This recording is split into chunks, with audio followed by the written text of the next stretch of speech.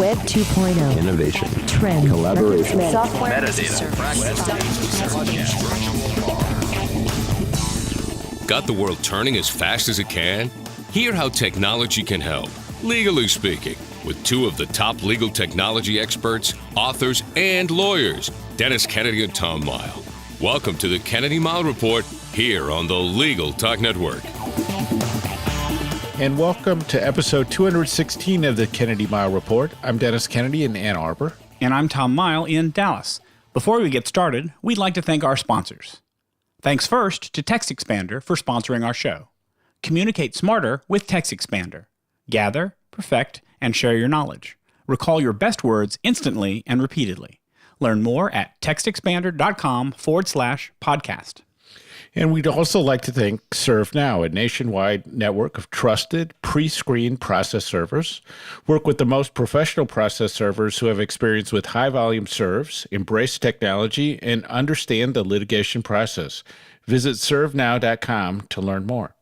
In our last episode, we announced the winner of our big LinkedIn Connections contest. No hints about that. You'll want to listen to the episode yourself. 2 episodes ago, we discussed spring cleaning your personal data, hard drives, and online data storage. One of our conclusions was that most of us keep way too much data for way too long. And so in this episode, we want to focus on the follow-up question. If you decide to delete or destroy data and data storage devices, what are the current best practices for getting rid of that data? Again, I'll share some of my wacky approaches that I've actually tried, and Tom will point me to more reasonable approaches. Tom, what's all on our agenda for this episode? Well, Dennis, in this edition of the Kennedy Mile Report, we will indeed be discussing best practices in data deletion and destruction. In our second segment, we will visit a topic we talk about every year, the 2018 edition of Mary Meeker's annual Internet Trends Report. And as usual, we'll finish up with our parting shots, that one tip, website, or observation that you can start to use the second that this podcast is over. But first up, best practices in deleting and destroying data. In not our last podcast, but 2 podcasts ago, we talked about spring cleaning your devices. The follow-up and overlapping part of spring cleaning is the actual deletion process. It's actually pressing delete, getting rid of stuff. So we thought we'd spend a little time talking about some tips and tricks for effectively getting rid of that information. Dennis, as we were talking about this episode, you kind of hinted that something I said in the last podcast may actually have been an interesting idea. Are you saying that I may have gotten you to change your mind about something?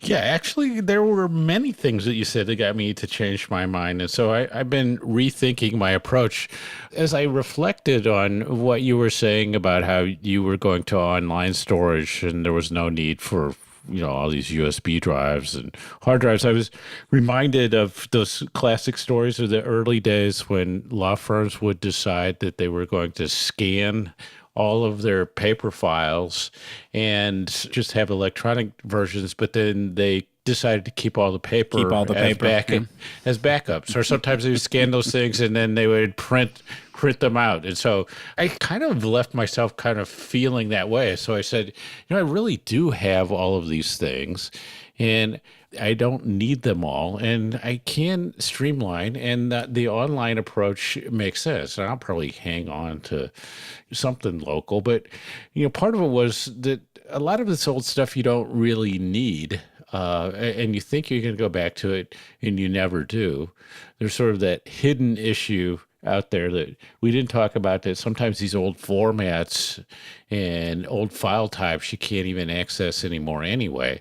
And so it's going to be more of a bother than you ever thought. So I said, I'm going to go to more of getting rid of this stuff. And I just have too much data, too many places, lots of duplication. So we'll dive into some of the things I did, because I did some destruction and deletion before we made our move. But Tom, I guess maybe it makes sense for you to go back and kind of review for our listeners your approach of really limiting what you call mobile storage or hard drive storage and then focusing on the online storage. Well, in terms of keeping storage and where we choose to keep things, I think you've pretty much described it, is that I've tried to limit the places where I keep information. And in my opinion, having things on USB drives or portable hard drives tends to multiply the number of silos or repositories where you could keep stuff. And so that's why I've really focused on putting it in one online cloud service. And for me, that's OneDrive, but it can be Dropbox, it can be Box, it can be any number of services that you can do. And I also keep a backup. So I've got a backup online, and I feel like those 2 copies are enough for me. Although, frankly, I've got 4 copies of everything, because I've got a local copy on my home computer. I have a local copy on my laptop. So feel like I'm lacking for copies of information, but I find that it's just easier to deal with and manage. And ultimately, I think that's part of the thing is that when it's time to start deleting things, I only have to go to one place to delete them. And maybe that's the topic we want to talk about today is that it just having it all in one location makes it so much easier to get rid of when you're actually ready to push the delete button. And I was going to say, we probably should give the caveat, since we have a lot of lawyers in the listening audience, that if you're in a special situation, like where you have a litigation hold and other things, and I think, Tom, this is more your area of expertise than mine, you can't just say, oh, I'm just going to delete a bunch of stuff. So it's a given, and let's accept that there may be circumstances where you can't delete or you have other policies or things. So let's keep that in mind. But Tom, I guess from your point of view in the records management, information governance world, are there learnings from the enterprise level in terms of policies and procedures that maybe we should bring to what we do personally when it comes to getting rid of data and destroying the storage devices they're on? I hate to disappoint you, but not really. And the reason is because if we're just purely talking about personal deletion of information, the methods and the tools to do that on a personal level, I think, are really limited in terms of what you can do. I mean, and here's the reason why. In the last podcast, we covered the basics that I think the best practice is to find a way to get information deleted automatically, because we don't have time to do it ourselves. And when we come right down to it, we really don't want to do it ourselves. That's what I said the last time. And so the ideal situation would be to find a tool that would automate the deletion process for you. There really aren't a lot of good personal tools that will do that for you. Now, we're going to talk about some software deletion tools, but they don't perform initial deletion of files. They delete and help erase information in other ways. Now, if you're technologically inclined, on a desktop, you can create, or at least in the past anyway, you can create batch files that run automatically on your computer and execute commands. So theoretically, you could have like a downloads folder that was routinely, every time you started your computer, it would search for information that was at a certain age and automatically delete that information. There's not a lot of software out there that I'm aware of that will do that for you on a regular basis. You've got to, although frankly, with artificial intelligence coming as fast as it is, I'd be surprised if we don't have something soon that can do something like that. But frankly, I think, tell me if I'm wrong, Dennis, I think that for your personal information, you're going to be relying primarily on manual processes. I mean, I think that's why having, and if there's any analogous situation from the enterprise, it's why having a good filing system is the best idea. For example, at the end of every year, I go into my financial records folder and I delete the subfolder with the oldest year. I keep financial records a certain number of years for tax purposes. And then when I've passed that period of time that I need to keep them for tax purposes, I can get rid of them. And literally it takes me seconds to get rid of a year's worth of information because I named it correctly, because I put it in the right folder, it was easy to get to, and I was able to get to it. So I think that it's largely a manual process, but to make it as simple as possible, you've got to have a good filing system. You've got to know where things are.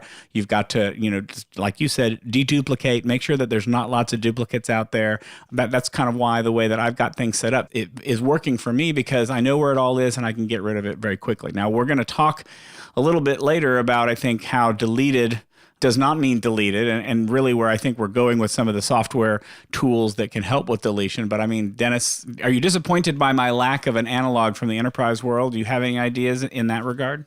No, I mean, I think that I would say that the analog might be what you were just referring to, where you say, I have a practice of deleting things that are of a certain age or a certain type, or it happens at the beginning of the year.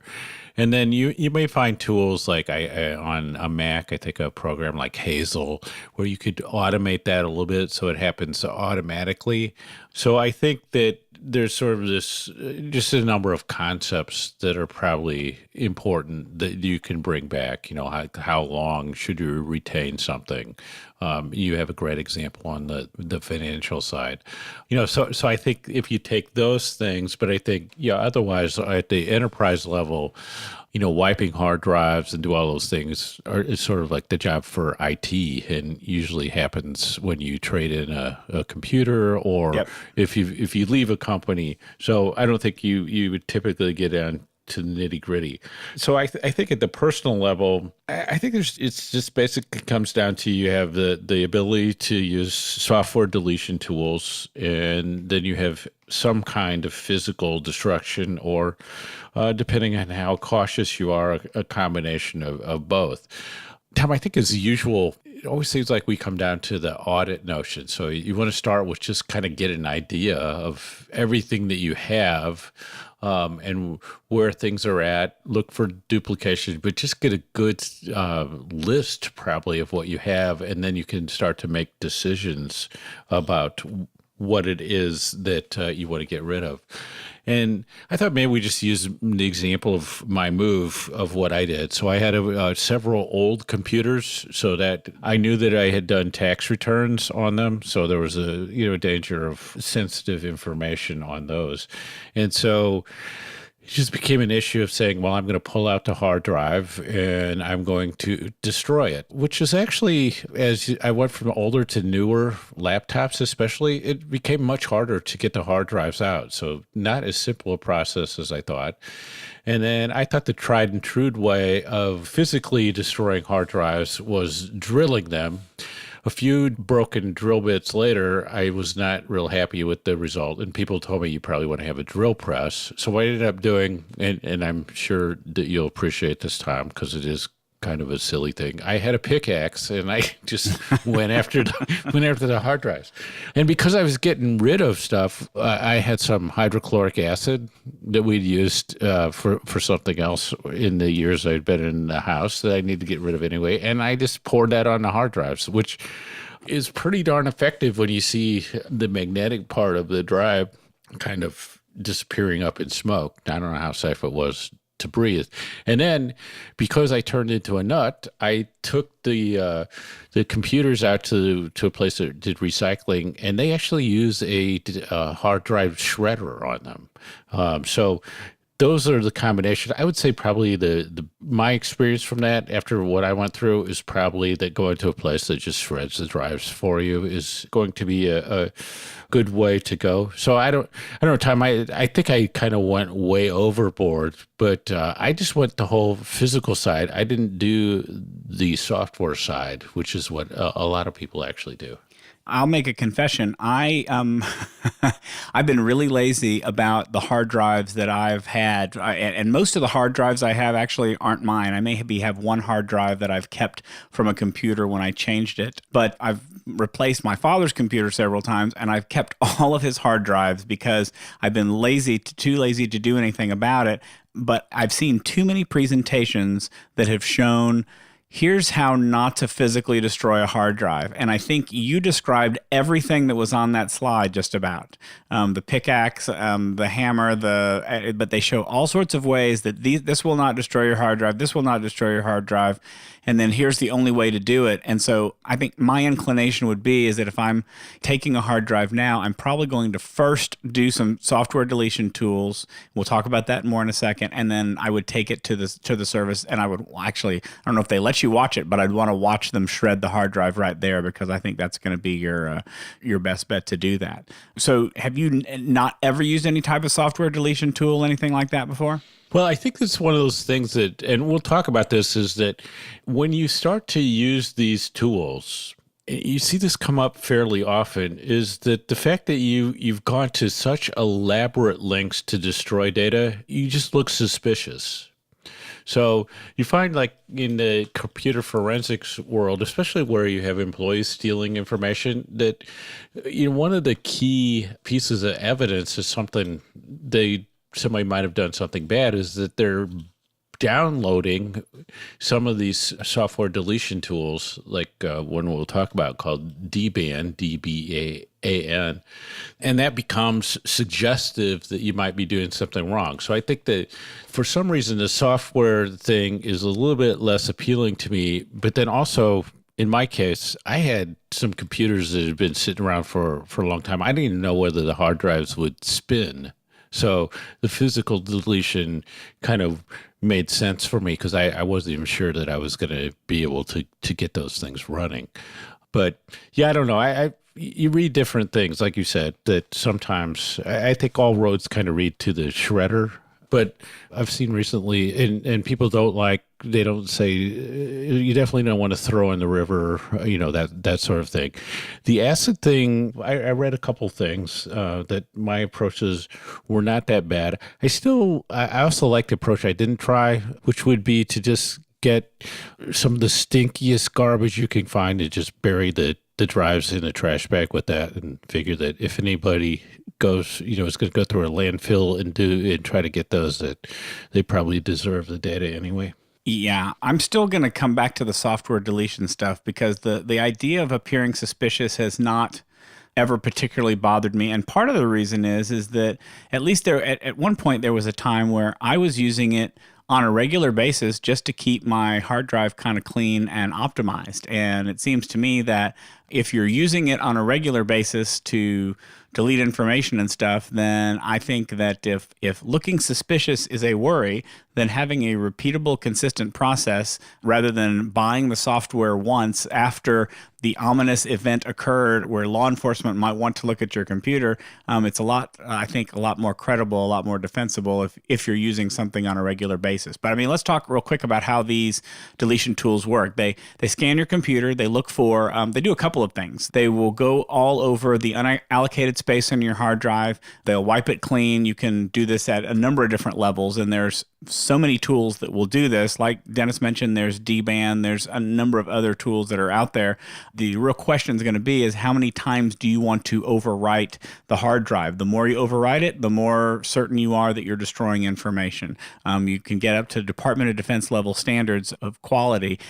Some of the tools will clean your computer registry, help it run a little bit better, clean up junk files that are left by software tools. Some will clean up your Windows. One of the tools that I used for a long time was called CCleaner. I thought it did a great job. It was a very easy to use tool that would delete stuff and kind of overwrite the slack space, the unallocated space on my computer, but it would do a great job with other stuff. They recently have, I think, come under some fire and some negative press because they bundled some malware or something accidentally with their software, which is free. At least the basic version is free. So unfortunately, I haven't used that in a while. I've kind of been a little nervous about doing it, but there's a lot of other tools. You used to be able to defragment or optimize your hard drive by putting the stuff together, but more recent versions of Windows are eliminating the need for that. So it's not something that you're going to necessarily be able to do the same way. I think Windows is a lot better at optimizing your hard drive than it used to be. You don't have to make that a manual process on your own.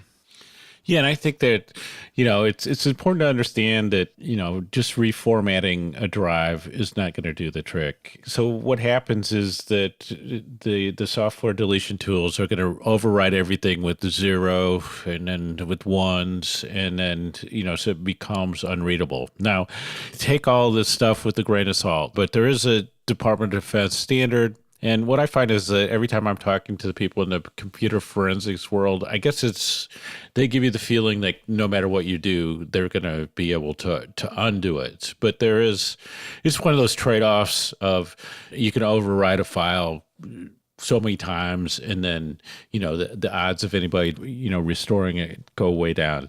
There's a sense sometimes when I talk to our forensics friends that I would want to encrypt everything and then use these software deletion tools and then destroy the drives and bury the pieces in some vault underground or something. But so you're starting to make a trade-off. So there's that total destruction of drives. Tom, as you point out, sometimes you just need to destroy data files or folders, and there are tools to do that as well, so you can be more granular. And then I guess the two new things that are worth mentioning about, because I think these kind of go outside your control, is what happens when you close or want to delete your online storage account? Are there special issues there? And then the whole area of mobile devices, your tablets, your phones, other things like that. So, Tom, what are we seeing there? Well, it's interesting, and I'm not sure I have all the answers about online storage accounts. For example, Dropbox will tell you, if you go and read their terms of service and their procedures, that after you delete a document from Dropbox, they will permanently delete it from your account 60 days later.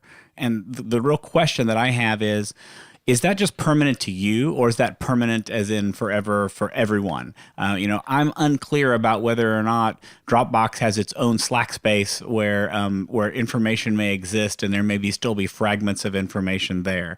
I would like to believe that when they delete it, that deleted does mean deleted for them. I don't believe you can run a good business model of a cloud storage solution and get away with keeping fragments of documents or not really deleting them. I think that would lead to a lot of problems. So I've got to believe that, but I don't really see anything in the literature that tells me that that's what the case is. But I think that's one thing you want to be sure of. But it's a matter of they talk less in terms of deleting it and more in terms of getting it back. So if you delete it by accident, then you have 60 days to get it back and recover it. But I think there is a way to delete it. I believe I'm going to choose to trust that they're deleting it permanently.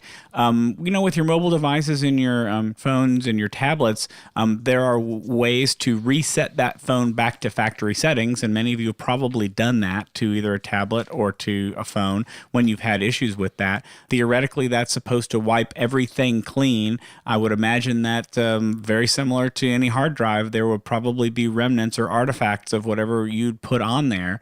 But again, it would take a forensic expert to be able to go in and get that information. But, there are ways to erase it to where you can get as far as you can. But I would imagine that there are still probably ways to capture information off those devices. Well, I mean, to wrap it up, Tom, I sort of have two thoughts. I think this is a great paranoia test where you can really test your level of paranoia. And so I thought I was okay until I found myself back behind my house with a pickaxe going after hard drives. So I kind of bumped myself up a little bit on that. So, but I think it's important to kind of look at these things and kind of assess what's out there. And then anytime you get the chance to talk to somebody who's a computer forensics person, ask them some questions, pick their brains, see what the current state of the art is on this, because it can change over time. And it's a good way to understand what all they are capable of, which is probably another show in itself. Before we move on to our next segment, let's take a quick break for a message from our sponsors. TextExpander helps you communicate smarter. You get home from an event where you've met some potential clients. You create a TextExpander snippet with a follow-up message, use fill-in fields for the contact name and custom topic, quickly produce personalized emails to everyone by expanding and filling in your snippet, share your snippet with colleagues, and everyone gets done faster. Visit textexpander.com/podcast for 20% off your first year.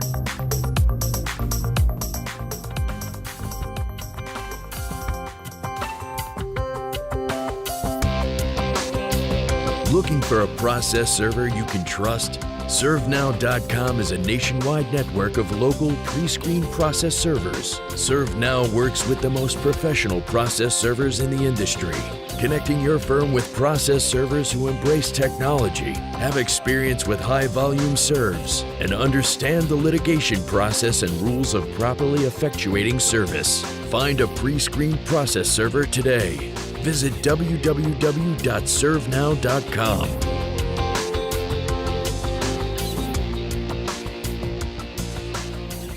And now let's get back to the Kennedy Mile Report. I'm Tom Mile. And I'm Dennis Kennedy. And what has become an annual tradition for many years now, analyst Mary Meeker publishes her massive slide deck for the year's internet trends.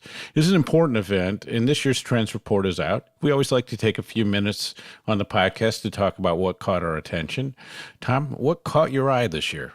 Okay, so It's amazing to try to cover this in our B segment when we just don't spend a lot of time here, considering that her presentation is 294 slides. There is so much to choose from, so many different things, but I'm going to talk really quickly about the things that I thought were interesting.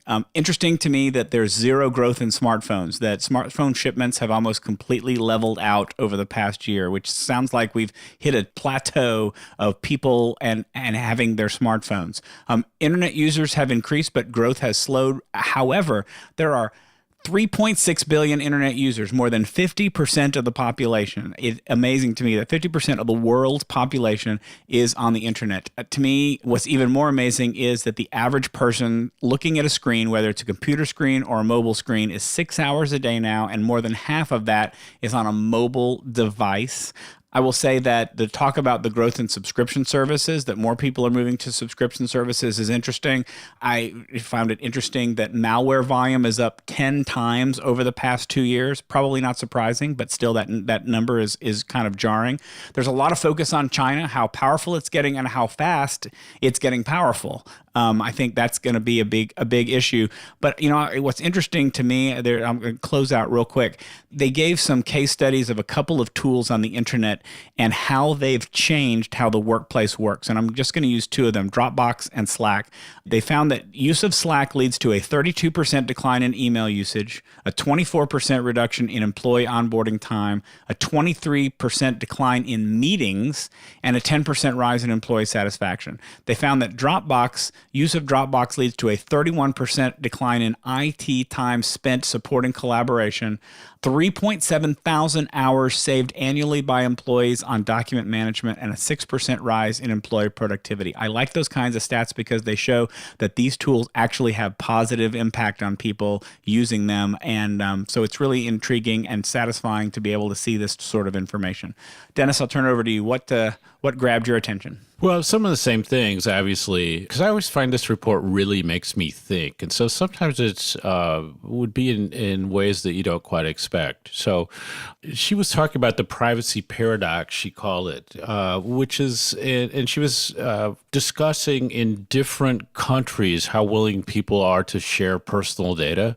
So she compared China at, say, 38% are willing to share personal data, and in the U.S., 25%. So your initial reaction is it shows that, the U.S. were more privacy conscious. But part of her conclusion was that this could become a competitive issue for the U.S. in artificial intelligence because we won't have the same massive data banks of this information to turn AI loose on. So that's one of the things that interests me.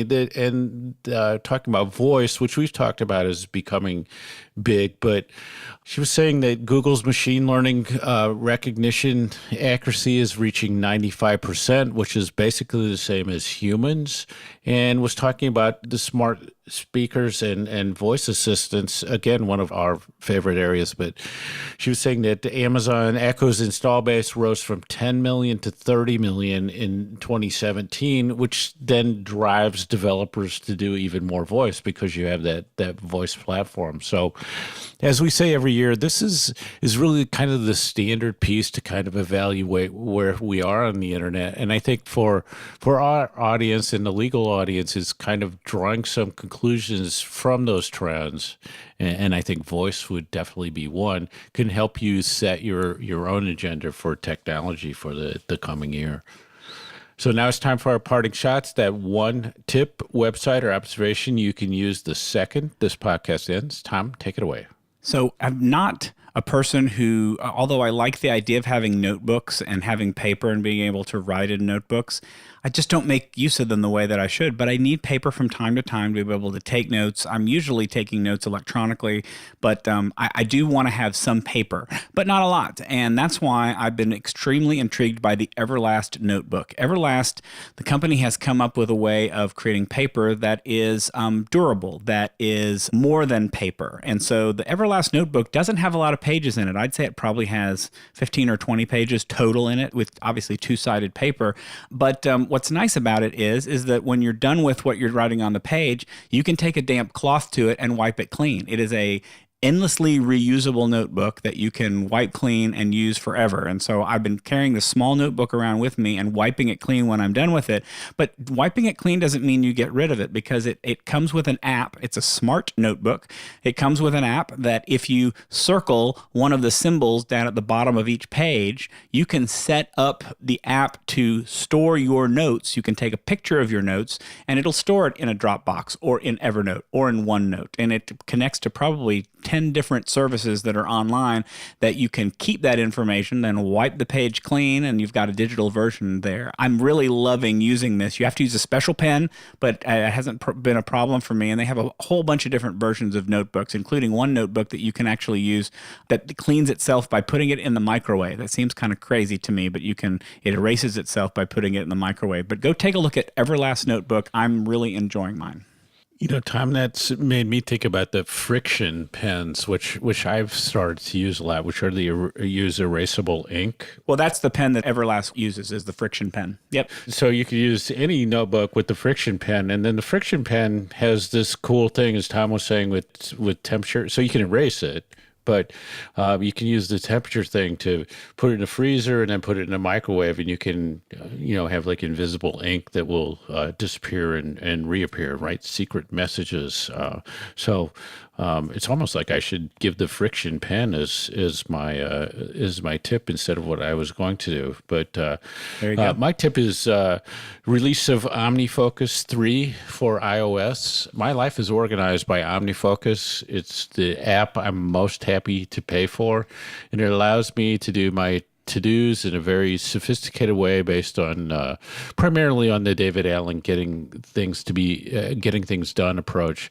New version out, new interface, tagging, other features. So if you use this tool already, there's a time window where you can get it for half price for the update. If you're thinking about going to one of these tools, this is a good time to do it because you move to a new version. The version 3 for Mac will be out later this year, but so far so good. And in my experience, there's some things I like about the interface and some of the new features that I think are going to be really helpful to me. So OmniFocus 3 for iOS is my tip. And so that wraps it up for this edition of the Kennedy Mile Report. Thanks for joining us on the podcast. You can find show notes for this episode at tkmreport.com. If you like what you hear, please subscribe to our podcast in iTunes or on the Legal Talk Network site, where you can find archives of all of our previous podcasts. If you'd like to get in touch with us, you can connect with us on LinkedIn. And don't forget our show voicemail number. It's 720-441-6820. We'd love to feature a question from you on our B segment. Leave us a question that we can answer on the show. That number is 720-441-6820. So until the next podcast, I'm Tom Mile. And I'm Dennis Kennedy. And you've been listening to the Kennedy Mile Report, a podcast on legal technology with an internet focus. If you like what you heard today, please rate us in Apple Podcasts, and we'll see you next time for another episode of the Kennedy Mile Report on the Legal Talk Network. Thanks for listening to the Kennedy Mile Report. Check out Dennis and Tom's book, The Lawyer's Guide to Collaboration Tools and Technologies, Smart Ways to Work Together, from ABA Books or Amazon. And join us every other week for another edition of the Kennedy Mile Report, only on the Legal Talk Network.